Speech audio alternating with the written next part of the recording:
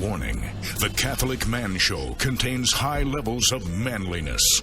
If you think you may be too weak to withstand the manliness represented in the following program, please do yourself a favor and stop listening now. If you choose to continue in spite of this warning, if at any time you feel yourself overcome by the manliness, stop immediately and consult your closest medical professional. And now, for the not-so-fair, faint, or frilly, we present The Catholic Man Show.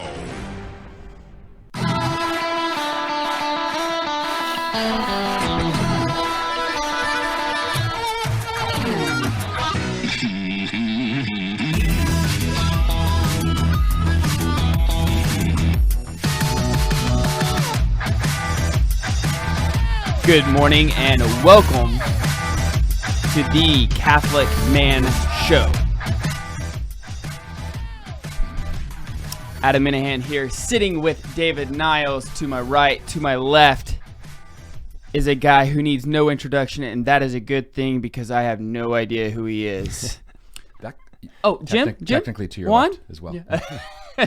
Patrick, welcome to the show. I'm so glad to be in the Death Star. I mean, the mothership. Pick your metaphor. Yeah. The home base. The studio. The high castle. The studio. It's not a study. It's not the studio. It's the studio. It ain't no man cave. And it's not a man cave. No. Man cave, line through it. Great to be here. Thank you. Dave is going to go make sure that the equipment runs correctly because that's typically how we roll on the fly. I like Dave. Yeah, he's good with. We'll keep him around. We'll keep paying him. Yep. My middle name's Dave. That's true. Yeah. That is true. So last night you gave a talk to Tulsa on the contraception deception. That was the heart of it. Yeah. How did we get here with every second show being about transgender mania and the redefinition of marriage and shacking up being normative and high divorce rates and the pornification of all things and abortion? How did we go from the mid-60s to today? So yeah. I was really grateful to be here and for the invite, and of course here at Studio. Yes. So because it is this morning, we're not going to partake in scotch because we thought that could. We did think about it. We did think about it. I did spike them when you weren't looking. Good. Good. So we're just having some coffee and some mimosas. My wife thought she said, "Hey, why don't you guys have a mimosa?" She makes so many good calls. Yeah, that is a good call. She married you. Yeah, she married me, which was a great call. Mm-hmm. I guess it depends on who you ask, but for me, it was a great call. The kids seem on board. Yeah. I mean, I think she settled. Yeah, she definitely settled. But here we are. She's a great woman. And in fact, I said that at your wedding. You did. Except for her taste in men. She's wonderful. Yeah. He did. He said that. He said that in his best man speech. Oh, that must be epic. I said, Adam, way to go. All this, wonderful stuff about Haley. Haley, I really think you settled. That is great. So the Patrick Coffin Show, it's doing really well. It's been a lot of fun to listen to and watch the show grow. Yeah, thanks. It's you're a poet and you're not even aware of the fact. Show grow. It is. It's we get regular downloads in weird places. We last time I checked the Libsyn stats for you insider podcast pros, 47 regular listeners in Israel and 47 in Palestine, the Palestinian territories. That's cool. I think I can solve the Mideast peace process. I have there's a recipe there. I can bring them to the table. No, it's great. We have it's a wide array of guests, but they're all rowing in the same direction, which is recovering the damage to the cultural DNA. Mm-hmm. I'm interviewing upcoming. I just got a yes from David Horowitz, who's an agnostic Jew, who's written a very good manual of how we got here called Dark Agenda, the War on Christian America, I think it's called. Jordan B. Peterson, Gavin McInnes, Milo Yiannopoulos, Scott Hahn. Your interview with Milo rocked my world. Oh, well, thank you. Milo, I took a deep gulp and held my breath and hit play for that. Yeah, I kind of did too. I mean, just letting you know, I was see what is about to happen. I'm just like, I had no idea it was going to happen. I'm sure you did the same thing. Milo and I, we didn't rehearse any of it. He really didn't know where I was going to take the conversation, but I did tell him, this is funny, for those, if you have any contact with the British, you know what a puff is. right? Puff's a gay guy. Oh, okay. And I made it clear that this was not going to be a Puff piece. And he goes, actually, it will be. because of the interview subject. But he's very honest and candid about his own status in life. He believes everything the church teaches. Mm-hmm. And he knows he's compromised. And Milo's on a journey, and I'm on a journey. And from our bulging no one's perfect file, he's got a lot of integrity and just enormous amount of courage. So it was my first long form conversation that went almost 2 hours. And I didn't know if he would be offended but he let me go there about the whole marriage thing and what happened going on 3 years now with the Joe Rogan interview and stuff like that. But he's bouncing back. Milo has the punch back twice as hard gene. And I think more Catholics can learn from that angle. When I picked you up from the airport yesterday, we had a little bit of a discussion on just the type of media, the type of podcasts that are out there. Yeah. And you were asking me about our show as far as like, are we covering specific topics on church news and things like that? Yeah, inside stuff, the church politics, leadership, right. the crisis. Right, exactly. The summer of scandal. Right, yeah, right. And I was like, you know what? No, we're not. It's very interesting because we always get people who ask us for whatever reason, hey, what do you think about this? Did you hear what this person said? Right. You're Insta-pundit now, right? Yeah. It's like, hey, where do you fall in this Yoda, line? your take? You must know, right? Here's the line. Which side are you on?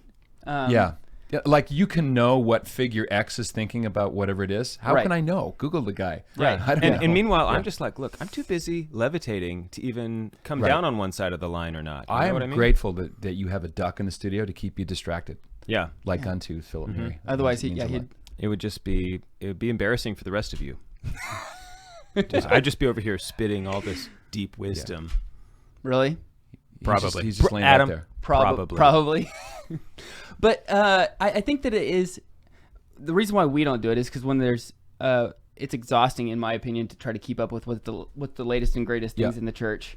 And there's so many great topics that the church has given us over the 2,000 years that a lot of people don't know about. That's true. I mean, you've got the world's largest repository of forgotten classics and books that can change your life, and the stories of the saints and the mystics and the doctors and the church fathers. You kind of have to pick which of the buckets you want to be distributing to people. I couldn't do what Church Militant does. I couldn't for 2 hours. I couldn't siphon on bad news. I would just bring me down, and I have to be careful while I do commentary, and I love it. And I'm a lot more church leadership scandal oriented than you guys are, but that's not my focus. My focus is rebuilding the culture through better marriages, more commitment, no porn, don't leave your wife, that kind of thing. I think you did a great job of blending, of balancing both. Yeah, I do too. I think it's not one extreme or the other, but I think you do a good job. Well, thanks. It's I've learned this slowly. I'm a junkie of a very wide array of podcasts, yours included, and one of them I really like is Entrepreneur on Fire, John Lee Dumas. He's just like, I don't know, 5 million podcasts now. But one of the things that I learned from JLD is have a to-do list. It's important, but also have a not to-do list. Like, I'm not doing something. I'm saying no to a bunch of things because I want to be here. Everyone listening is saying yes to continually listening to the show. When it's over, they're going to have another decision to make. What am I going to say yes to? What's on my to-do list? But what's on my not to-do list? Like in my little morning routine, I did a video on what do I do in the morning. And there's no magical thing. It's not superior to what other people do. But I strictly don't consume any social media, no email, nothing, before I get my carcass in the chair, before my artificial Southern California gas fire, and do the I breviary. I do the morning prayer, and then, okay, now I'm sort of reset. If I hit Twitter, it's a time vampire, and I'm anxious, and I've got the FOMO, right? Fear of missing out. Yeah. It's a terrible way to start your day. And I would be distracted in prayer. I'm so distracted in prayer anyway, but yeah, if there's some breaking news, and then I try to pray, it's going to be terrible. It's going to be terrible. Yeah, what are you thinking of? The thing you just read. Right. Now got your, and the lamestream media, they live to keep us anxious. That's the whole game, is to keep us afraid. Yeah, the news is in the business of selling ads. That's what right. they do. That's sell television. ads. TV exists for ads. Yeah, so they want to make things extreme. They want to make things crazy so that you get hooked, and keep watching their ads. Yeah, and buy stuff you don't need. Right. Yes, So they're actually their not work in the here is business done. of news. It's just it's selling ads. We're drinking mimosas this morning. let's cheers. Cheers. We're on the Lord's team. The winning side. So raise your glass. Cheers. Los Cheerios. It's also a cereal. Los Cheerios. I love mimosas personally. I'm a big juice guy. I love juice. So if we can, You looked a little roided out. yeah, and that's what I'm talking about. I'm talking about steroids when I say that. Sensing rage beneath the surface. Notice that reaction just now? Yeah. But really, the mimosa is the ultimate beverage to determine if someone is pregnant. Because who's I know. going to turn down a mimosa, right? So we have a I have no idea where to segue from here. I don't believe that I am. yeah. Well, you're good because you're drinking one. Yeah. So between Juan, David, and our families, when we all get together, it's always make sure to look at each wife to see if they're drinking, because if they're not, that's the cue. Yeah. They're pregnant. Because our wives Okay. drink a lot. That's yeah. Yeah. Our wives, we chose high-functioning alcoholics as spouses. Oh, I love you, babe. I don't. It makes our virtue look better. Why did you just call him babe? Yeah, why did you do that? I You was looked talking to right Haley. at me I when was- you I said was that. not For the looking at you. non-visual consumer. This is going great. This is going great. All right, so we're here with Patrick Coffin in studio. When we get back, we're going to jump into the topic, which will be interesting because we did not tell Patrick what the topic was going to be, nor did Dave and I really discuss too much about the topic, so we'll see where that goes. We're on the Lord's team, The winning side. so raise your glass.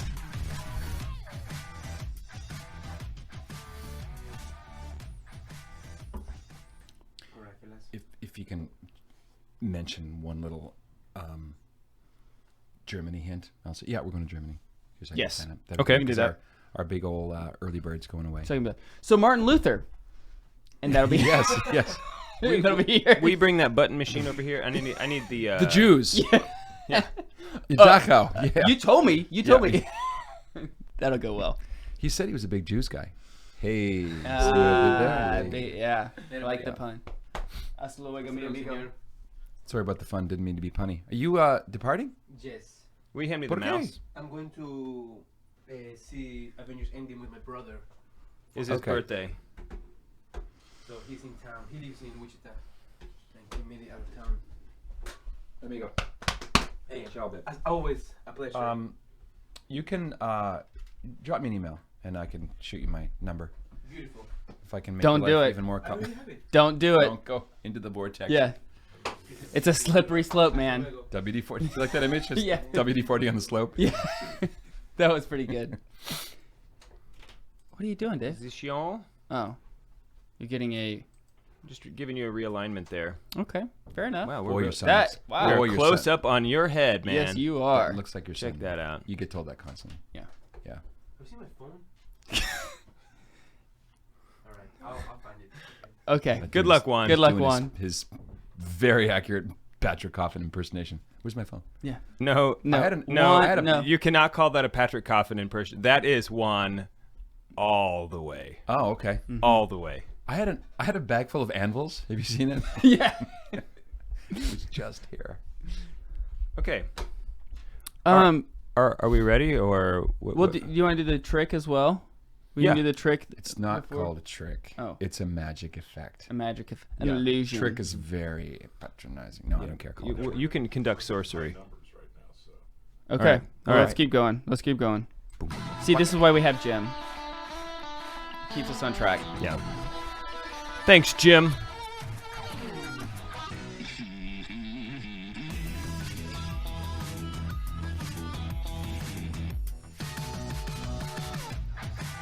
Welcome back to the Catholic Man Show. I'm David Niles, here with Adam Minahan and the one and only Patrick Coffin.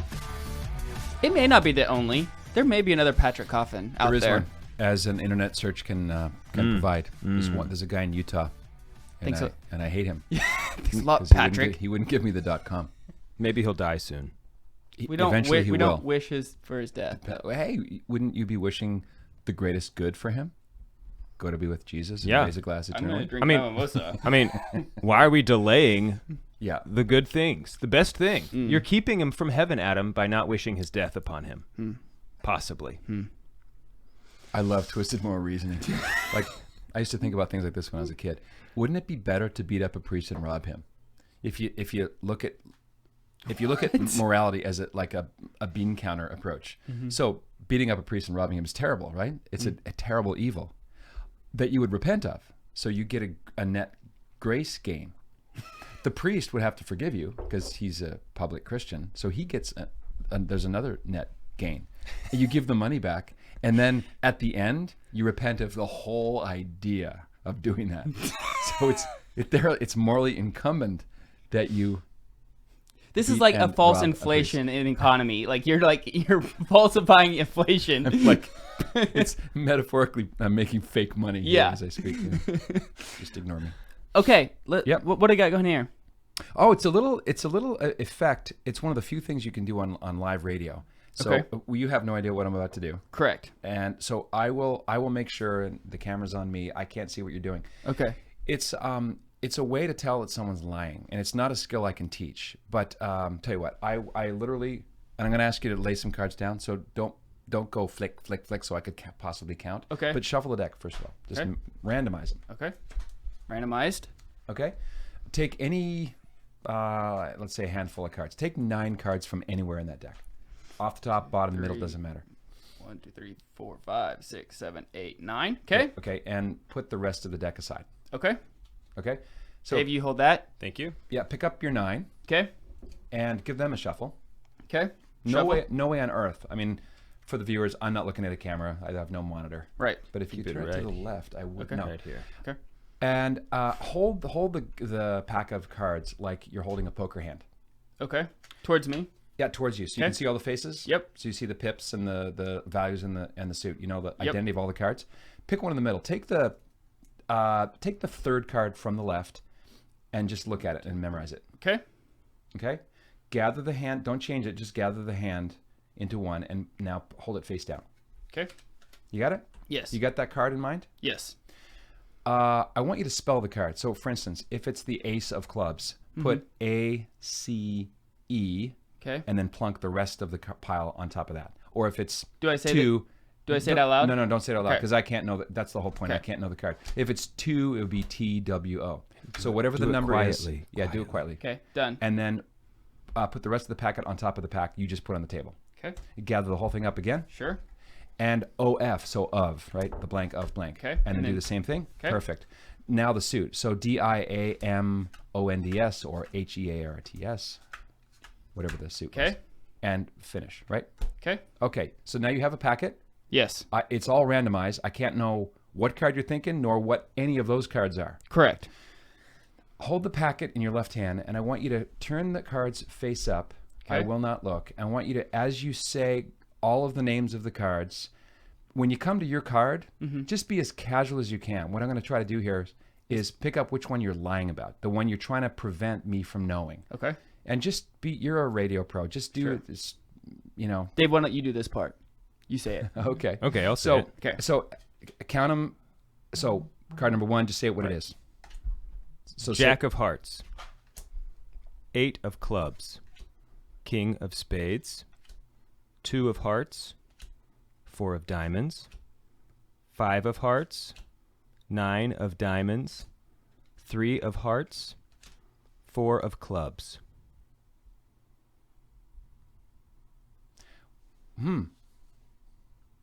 4 of diamonds. That was it. You were trying to prevent me from knowing that you were thinking 4 of diamonds. Mm-hmm. Am I right? That is correct. Yeah. That's well done. That is well done. I was waiting for a fake studio. Yeah. Yay! Where's our button? Where's our button? Our I laugh don't button. think we have a. so the lesson That was nice. is don't lie to me. Don't lie. Don't. You'll know. I'll discern it. Very So nice. that's That was nice. That was very- few that was things very good. because I don't touch the cards. Right, So you I know- just hear the names of the card you're thinking of.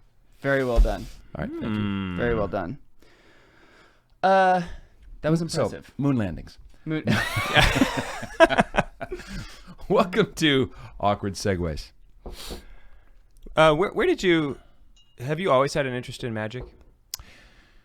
I was about 14 years old in Nova Scotia, and there was this French-Canadian gentleman, and he set up a card table where we had spent our summers at Oakfield Golf and Country Club in Grand Lake, Nova Scotia, and his name was Mr. Gagnon. He was a member of the golf club that we belonged to, and he did, I don't remember the specifics, but they were like card behind hand and coin from ear. It's classic granddad type stuff. I'd never seen close-up magic done before that well.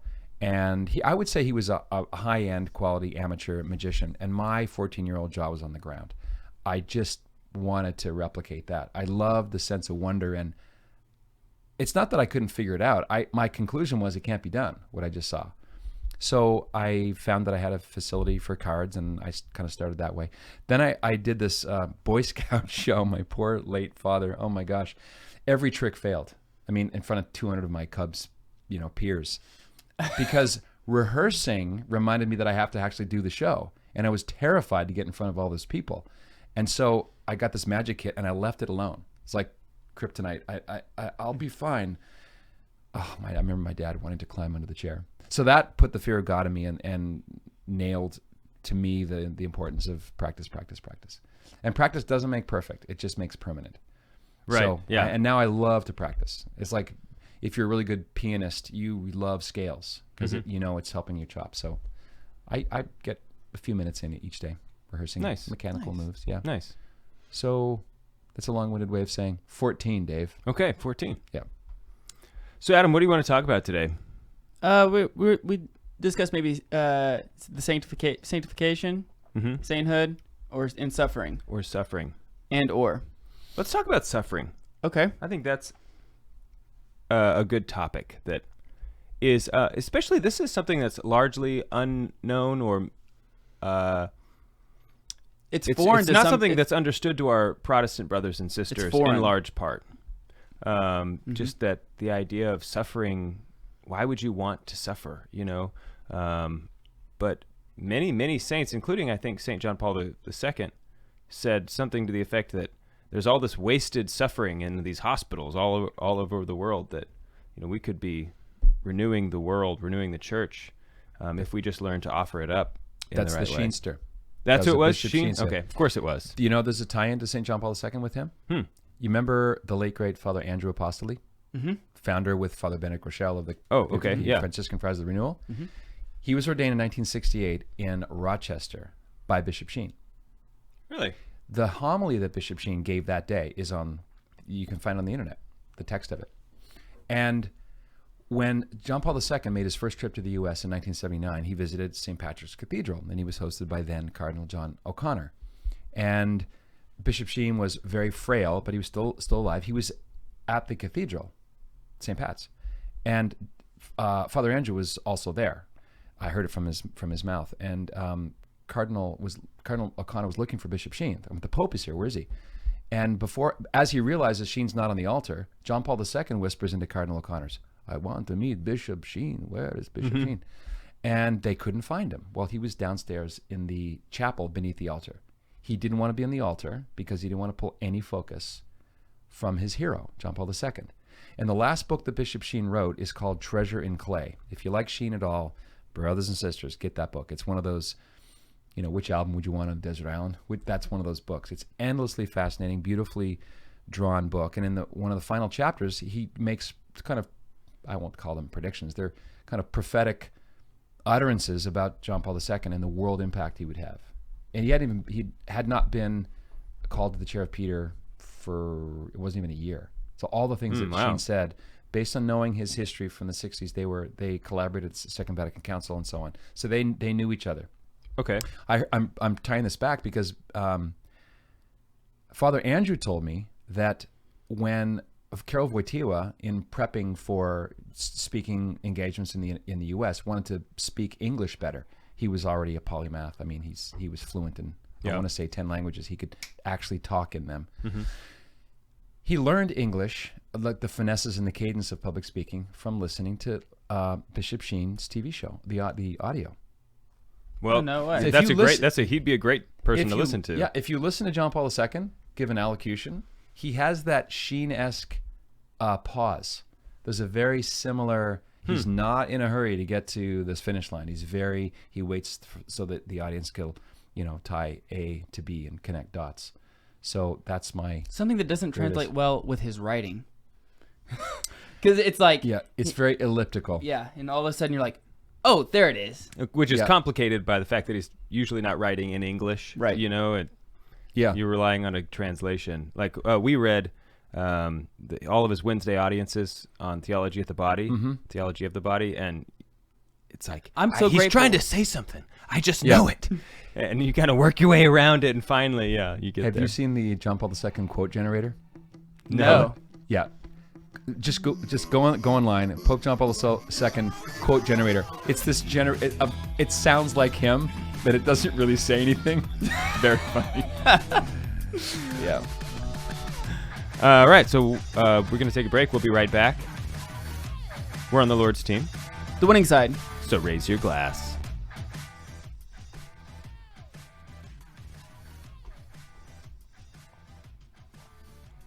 When you pointed to me, I was like, what? What do you want me to... What?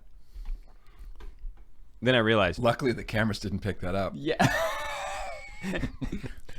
What? Yeah? Am I supposed to be doing something? Is this thing on? These are nice mics. Very nice. So we can go to hurting, suffering, Suffering? hurting and a suffering.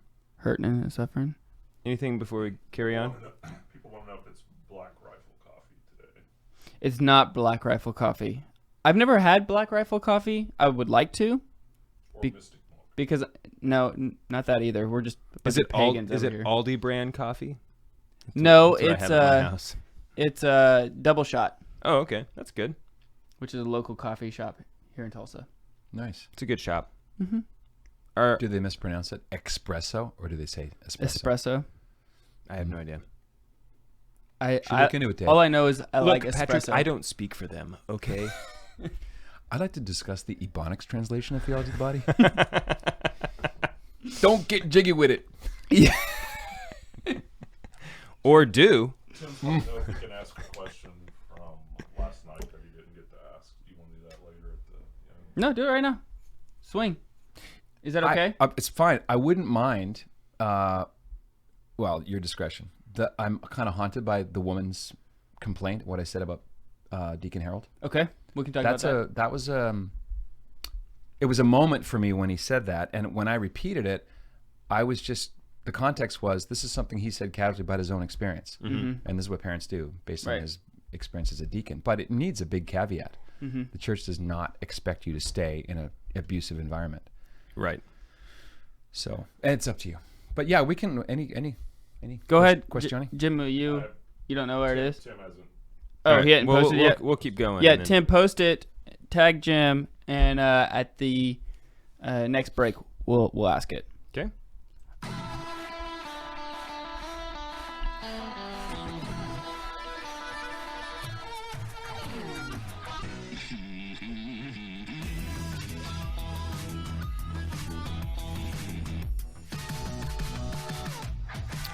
Welcome back to the Catholic Man Show. Here with Patrick Coffin in studio. In the house. So we're talking a little bit about, well, a lot of things. We're talking about a lot of things. Yeah. We're going to try to zero in a little bit on suffering, a topic that is a little foreign to, actually, let's be honest, foreign to a lot of people. Yeah. As far as in the theological sense, I think everybody suffers. Everybody understands suffering. As the prophets REM saith, everybody hurts. Everybody. Yeah. Man, we need to get a sound button machine. So, like, if we could figure that out ahead of time, and everybody hurts. Yeah. Sometime. Anyway, Just record what you want just me? Yeah, did this it. is. We That's- could. We that, could. that was gold. It was captured. That is radio gold. It is You're written. welcome. Let it be written. I'll Let it be push done. a button that doesn't do anything, and you sing it again. Okay. Yeah. So Jesus says, "Pick up your cross and follow me." He does not say, "Go lay on the couch." This is going to be a cakewalk. Yeah. I'm Turn up the volume on the Perry Como. Enjoy that hammock. Right. We've talked before on Ephesians 5 for men specifically, where Jesus is talking about with his how you're supposed to act with your wife as he does with his bride, Yep. the church, which is what? Die. He laid down everything. He gave every ounce of blood. He gave every single thing that he possibly had for the love of the church, for the love of his bride. He got himself murdered. We committed deicide. Correct. The worst possible evil imaginable has already transpired on Good Friday. And so he gave us this example. Here's what we're supposed to do. He lays it out. This is follow me. Pick up your cross and follow me. Yeah. So Patrick, why does he say that? Does Jesus just want us to? Does he want our lives to be hard? Is he picking on us? You know, I mean, I've never liked the "What would Jesus do?" because I don't know what the answer is. He flipped this table. that's what I say. but- It's always bothered me. Yeah, what would Jesus do? I don't know. I don't know. Die on a cross and save all humanity. Yeah. Something I'm not my, capable my of. goal is, what would Jesus want me to do in the here and now? Yeah. Because Please don't flip the I'm not table. God man. Was that do or do not? I want to make sure. It's better to say, what would the saints do? I think that's a better question to ask yourself, because their possibilities are also my possibilities. That's right. They will incarnate the message in a human, imperfect way, as you and I do. Yeah.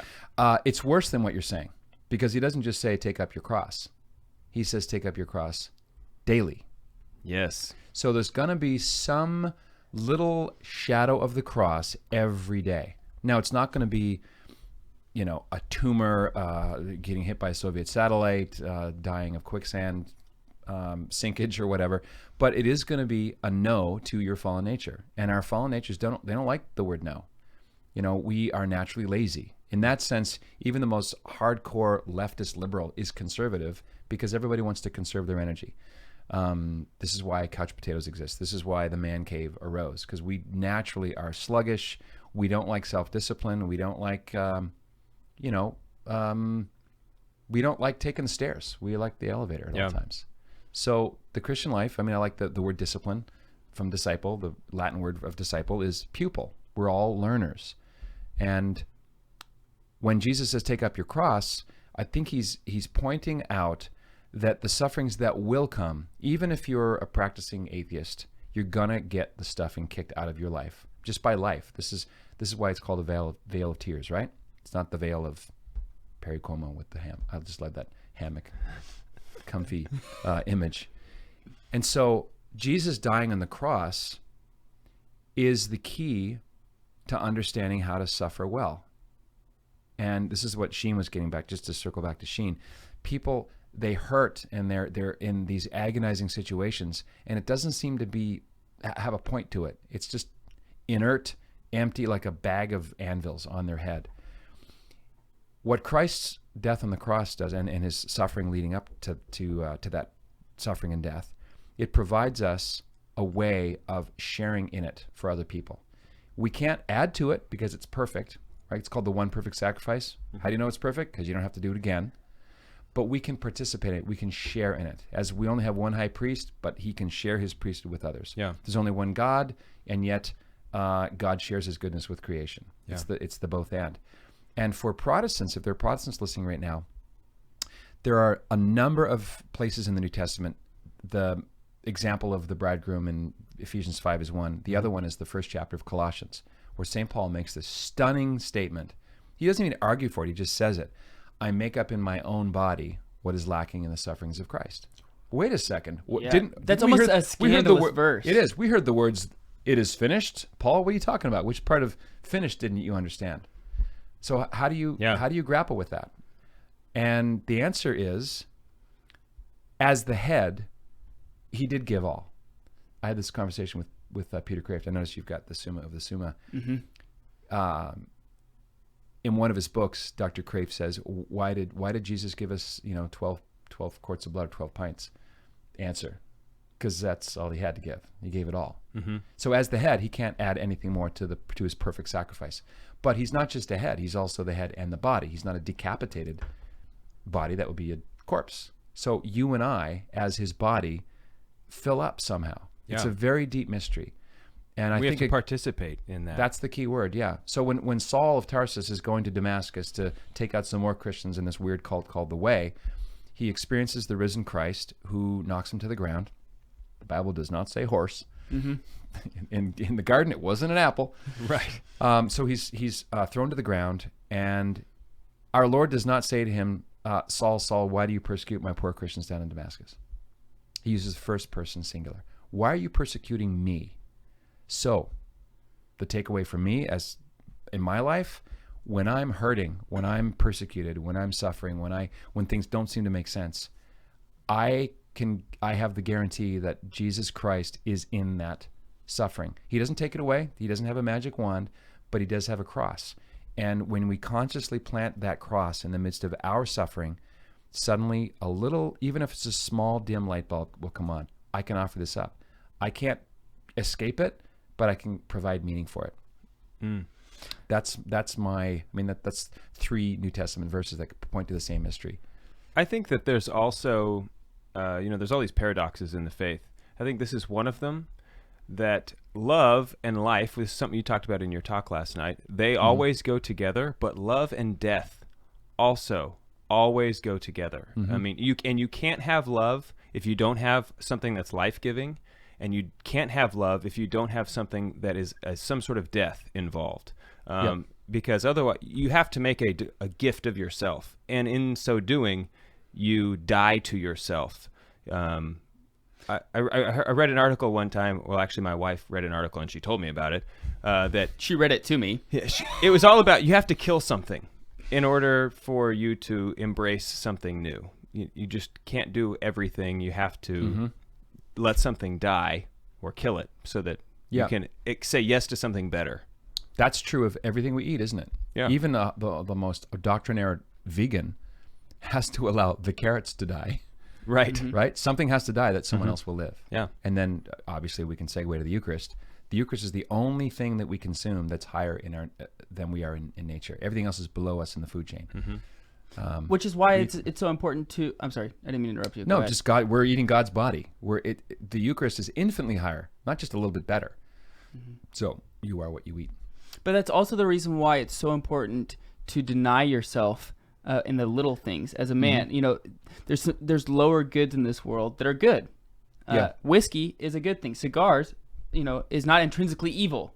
Right. But you have to be able to deny yourself some of these goods to learn how to eat, what you're talking about, the killing of something for something better. In order to say, you're not going to be just a saint overnight. This is a path, and in order to be able to say no to the big things, these big sins that come up, these big temptations, you have to be able to learn to deny yourself in the little things.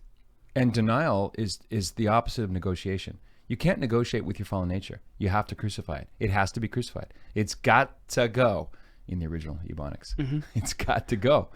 And then I'll give you an example from my own life. I had this thing about dying when I was a kid. I don't know if it's my surname or what, but a lot of kids I've learned have these neurotic thoughts about death and the fragility of life, especially if a grandparent dies or what have you. Yeah. So the shadow of it's been a sub theme of my young life, and you would think that, like when my daughter Naomi died, or when my father died last year, that would send me careening into terrible anxiety, because they're the only 2 people I've ever been in the same room with, literally inches when they died. Both those deaths have been tremendously healing for me. It's like, I know it's all informed by my faith, but I think a corpse is something utterly different than a living body. Like when my dad died, it's a mysterious precinct that you enter into when someone's dying. But the corpse is not a shell. It's not like, oh, there's my dad's cage.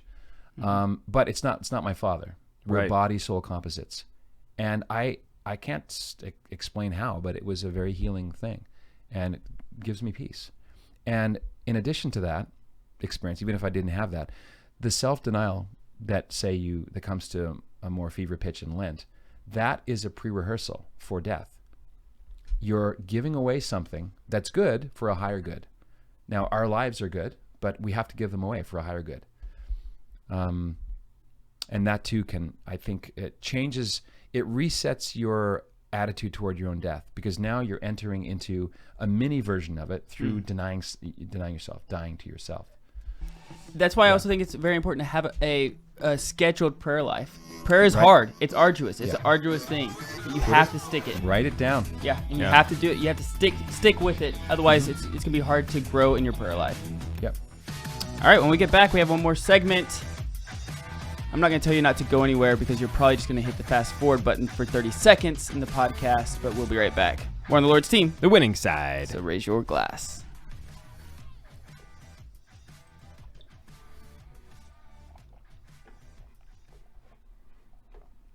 Did we get that question, Jim? Yes.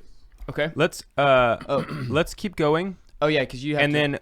then you can answer the question afterwards. Hey, would you be open to doing when he bails, another segment for our Patreon stuff with just me? For a huge fee, but for you guys, I'll double it.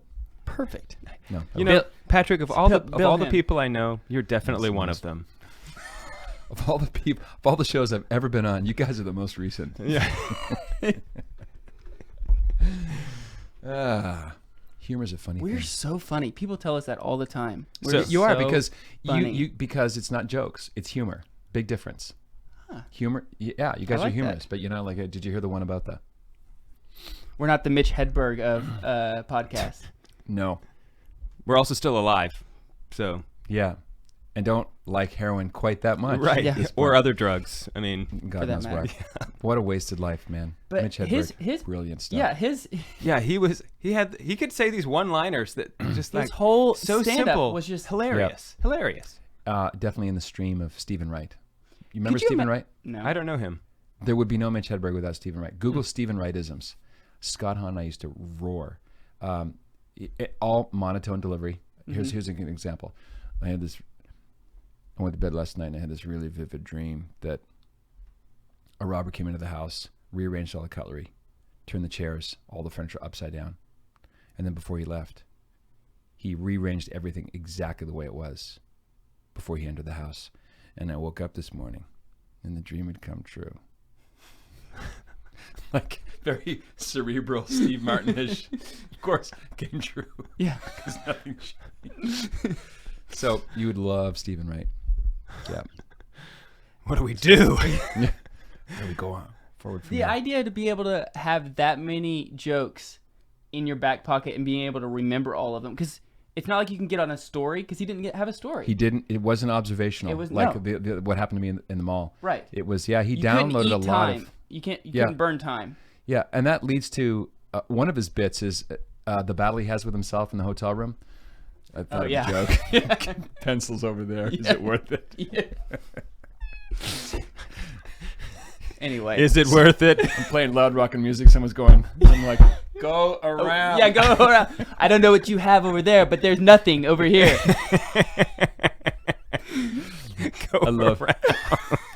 I love steam fried rice. I always order it when I want 10,000 of something. More fun than cantaloupe permits. All right, let's keep going. Tally ho. Oh, Germany.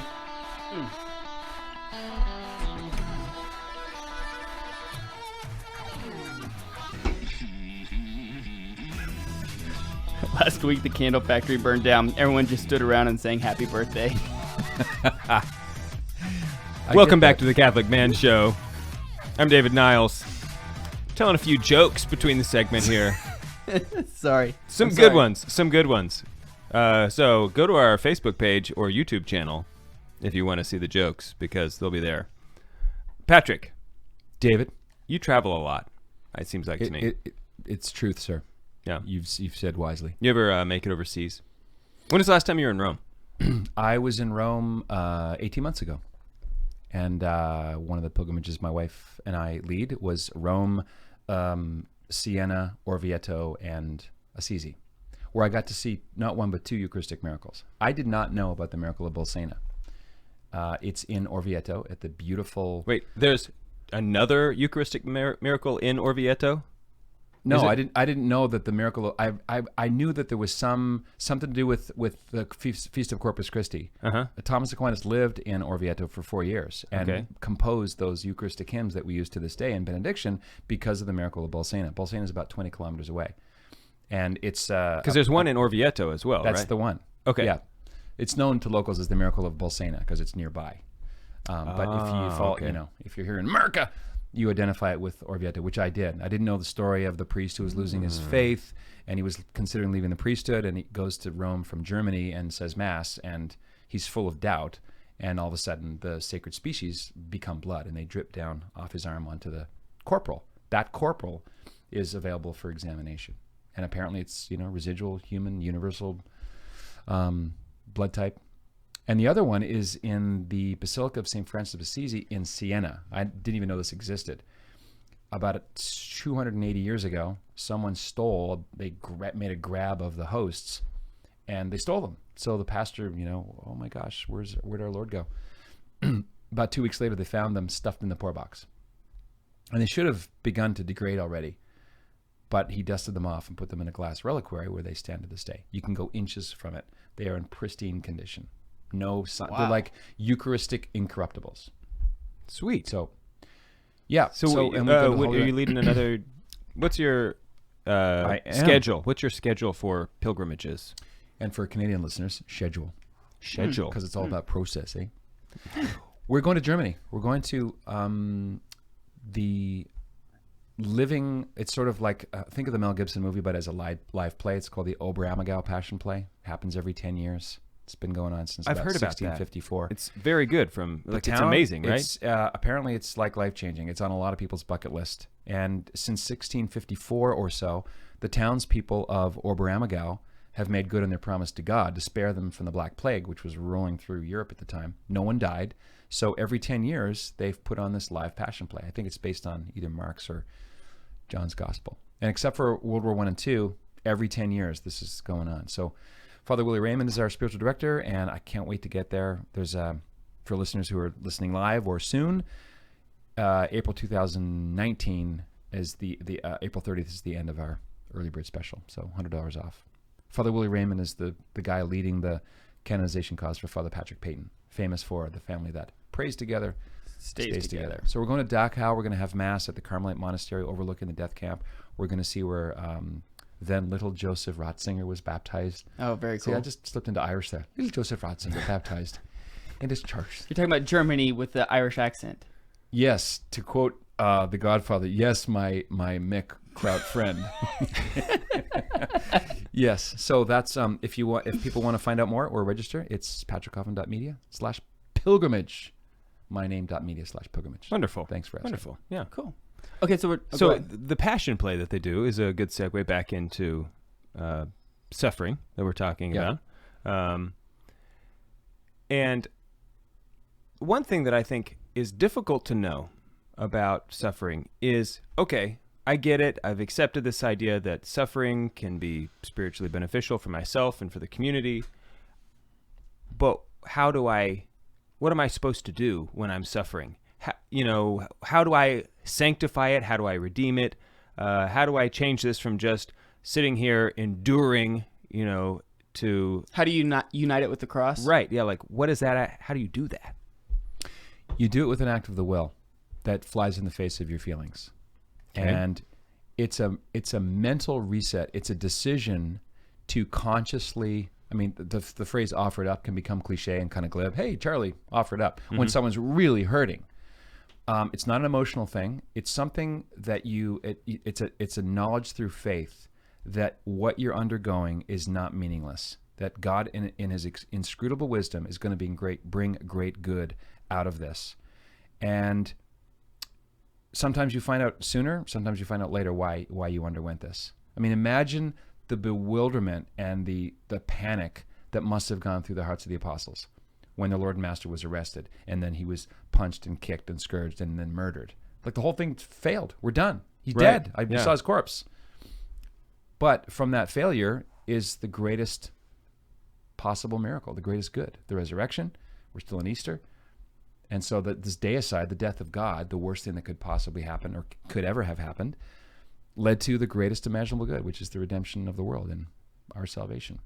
There have been times where I've been like, okay, I'm ready to take up my cross. I'm ready to do this. I like mentally get prepared. I'm like, all right, let's do this.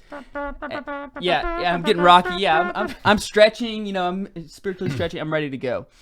First inconvenience, I'm like moaning and Flipping complaining. tables. And I'm like, what? I don't deserve this. What is this? Yeah. This is terrible. God, why are you persecuting me? Have you experienced that before? The horror. Yeah. Trying to pray my rosary, someone cuts me off in traffic. You're like, Yeah. I'm trying to be holy over here, okay? Brutal. I'll pick which self-denial I want. Right. yeah, that's Exactly. exactly. That's really Yeah. what you say is I'm a lot of times you say I'm willing to suffer, but I want to pick the suffering that I do. Yeah, I want it tailor-made to me. Yeah. Right. I want to pick how Yeah. much and for how long and when.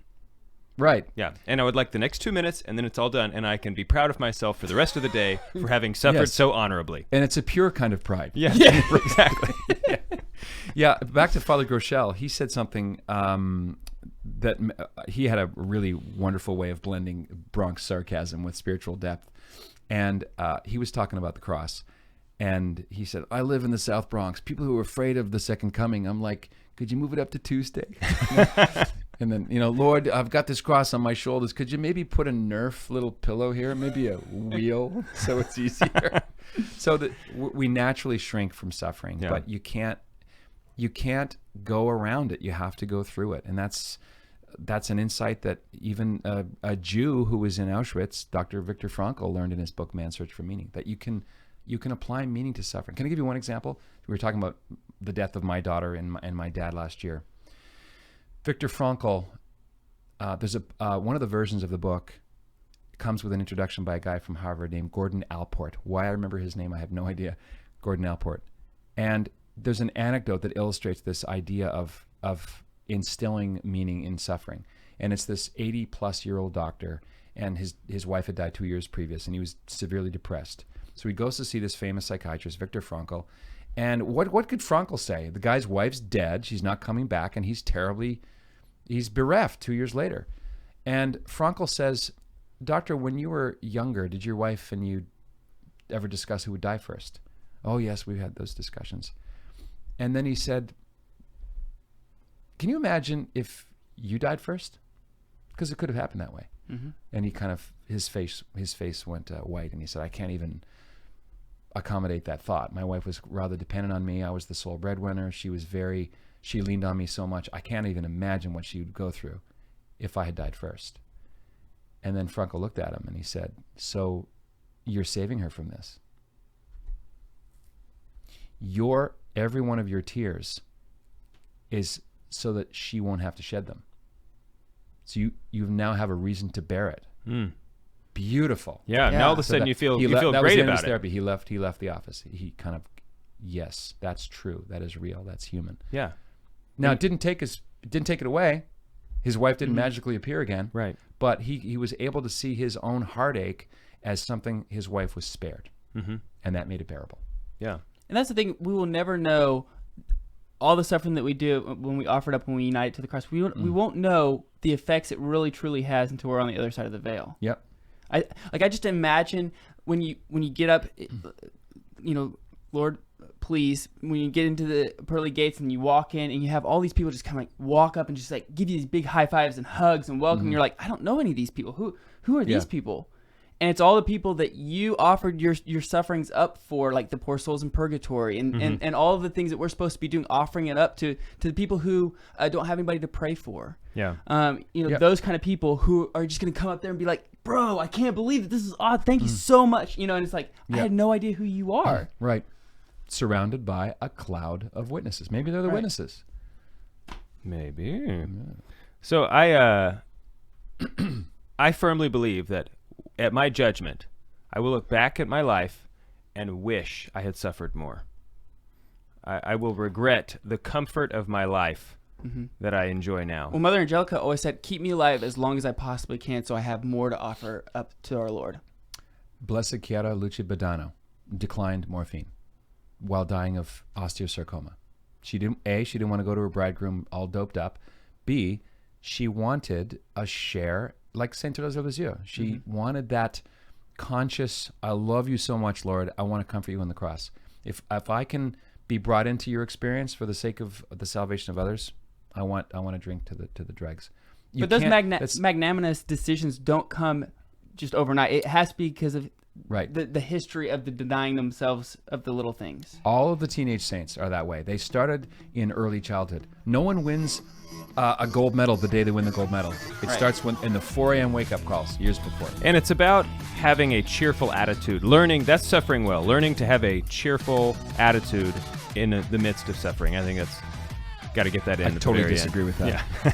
Patrick, thanks so much for hanging out with us. patrickcoffin.media. Go check him out. Yep, right on. We're on Thanks, guys. We're on the Lord's team. the winning side. So raise your glass and cheers to Jesus. Colonel Clink. Clink. Okay. That was a super I'm gonna- fast time. I'm going to Yeah. go. Okay. Do you want me to switch seats? I'll just go over there. Yeah, sure. That way it's not as.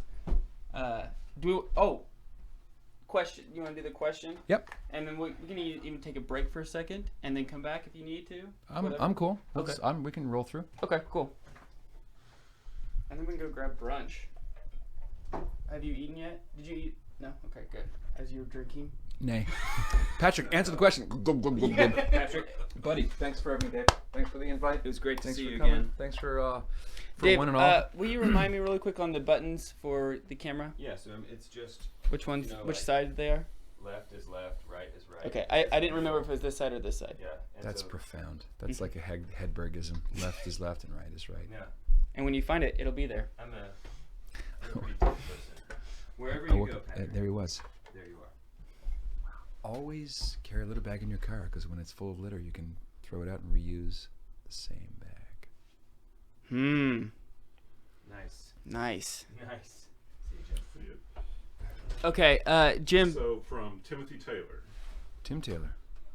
given the sexual revolution timeline you discussed last night, do you think the disobedience of John the 23rd to Our Lady of Fatima's 1960 deadline led to the sexual Love. revolution and the feminism being the errors spread from Russia? Good question. I'll take that. Oh, good. I was hoping you weren't going to pass that one on to me. Oh no, I'll answer that. Oh, Sure. okay. I was worried. I thought you were going to say like, yeah, that's a great question, Adam. What do you think? Yeah. Yeah, it's obviously the consecration wasn't. It failed because we didn't go to the moon. The whole thing. Our Lady says you've got to actually go to the moon, not a government conspiracy that you've gone to the moon. It's only because it's a flat Earth. That's the reason why we didn't go. You know what? Yeah, you've said too much. I have. I'm sorry. I saw black helicopters outside. This mimosa is amazing. So was the coffee. Good. Perfectly delish. How long will we go? I could go 2 hours, whatever. I'm only thinking. So here's what we'll do. Why don't you just answer the question here, yeah. and then I will stop, restart for more stuff. Patreon. Yes. Can we pronounce it Patreon? I think we have to. Yep. Okay. Sure. Are we going to redo the question? Just so I can have it fresh. Yes, we can. Right. Given the sexual revolution timeline you discussed last night, do you think the disobedience of John the 23rd to Our Lady of Fatima's 1960 deadline led to the sexual revolution and feminism being the errors spread from Russia? Yep. Okay. Good. And go. Oh. We're still recording. Oh, fantastic. All right. Yeah, I'm not a scholar on Our Lady of Fatima, so there's my caveat. From what I've read about that beautiful self-disclosure of heaven through Our Lady of Fatima, there was no, pardon me, there was no built-in deadline after which the whole thing is going to all go to pot. The errors of Russia were not just communism; they were the destruction of the family and sexual libertinism that went along with the Bolshevik revolution. It wasn't just, destroying capitalism and the Tsar's family. It was also destroying the Christian civilization edifice, which is the family, and the family is built on the rock, which is marriage. That's another stream of Russia's errors that were spread around the world, and it's still with us. You know, you could say that the sexual revolution is the second gear of Russia's errors. Sure. I'm not familiar with the 1960 deadline.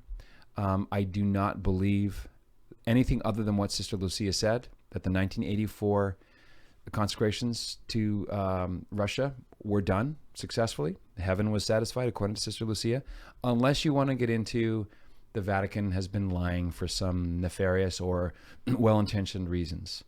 I think this is a big distraction from the simplicity of the gospel and the truth of the urgency of living out the message of Fatima, which is reparation, it's repentance, praying the rosary. There is some mysterious interplay between our prayers and sacrifices and God's wrath being stayed. This is a very biblical concept, and it's played itself out. I'm not looking for some magical super consecration that really does what Our Lady asked to do. And the Pope that Tim's talking about is a canonized saint. I don't have access beyond that, so that's where it ends for me. Fatima is not a required dogma of the Church. I believe in it. It's never going to hurt your faith. It's going to it's going to increase and multiply your devotion to Christ, which is why I believe in Our Lady of Fatima. But it's not public revelation. So talk about the devil cackling. I'm not saying Tim is of the devil, but he might be. No. The devil cackles when we take our eyes off the ball. And to obsess about something that did or didn't happen in 1960, about a revelation that's not binding on the conscience of Catholics, I think is a bad game strategy. That's where it ends for me. Hope that's a help. Yeah, and I mean the devil is all about distraction. Divide and conquer and distraction are his two games that he plays really well. Yeah, and confuse. Yeah, and confusion. Mm-hmm. Yeah. Jesus always uses I am. I'm the gate. I'm the shepherd. I'm the way. I'm the truth. I'm the life. What's the devil? I am legion, for we are many. It's always complicated. The truth is always so simple. Cool. Yep. So, any other questions, Jim, before we... Margot from the Midwest would like to know how the wine trick worked. Margot? Oh, I don't... Margot? I don't... It's a French wine, Margot. Margot. It is a late... It's a Margot. Late 19th century Margot. That one, Margot, is not sleight of hand. That effect is actual real magic. Yeah, I'm sorry you had to hear it this way. Sorry. I'm sorry to break it to you. Yeah, don't try it at home. Yeah. You will cut yourself with them scissors. Yeah. And people are commenting we'll need an exorcist in here afterwards. See, it can... Why? We probably... They never say, my guardian angel must be powerful. It's always, get behind me, Satan. Magic has a patron saint. St. John Bosco was a great magician. So, hope that was a help. Okay, so here's what we're going to do. We're going to stop the recording. If you're a Patreon member, patreon.com/thecatholicmanshow, you're going to get some extra stuff. I want to talk to you about something we discussed last night about wonder and knowledge and fiction, Right. and all the things that I struggle with, especially knowledge. I struggle with that a lot. We're going to talk with Adam about his struggle with wonder. Everything seems so stupid to me. Yeah. I'm so stupid. So anyway, if you want to support The Catholic Man Show, you can go there, patreon.com/The Catholic Man Show. There's a lot of extra content that we actually have. We have, I think we're up to 13, in the teens of extra interviews. Archbishop Chaput, Olmsted, a lot of really, Raymond Arroyo, a lot of great interviews. So they can go Those are check names, that out. sir. Those are names that I'm pulling up that are accurate. So and that's their real names. That's their real names, and the recording happened. So, anyway. See, you don't struggle quite so much with I'm wonder. actually pretty There's smart. a wonder here. So anyway, thank you guys for listening. We will continue on the Council Man Facebook page. I'll let you do your tagline. Always carry a litter bag in your car, because when it gets full of trash, you can reuse the same bag when you... Oh, no. The other one. Be a saint. What else is there? Cheers. Cheers.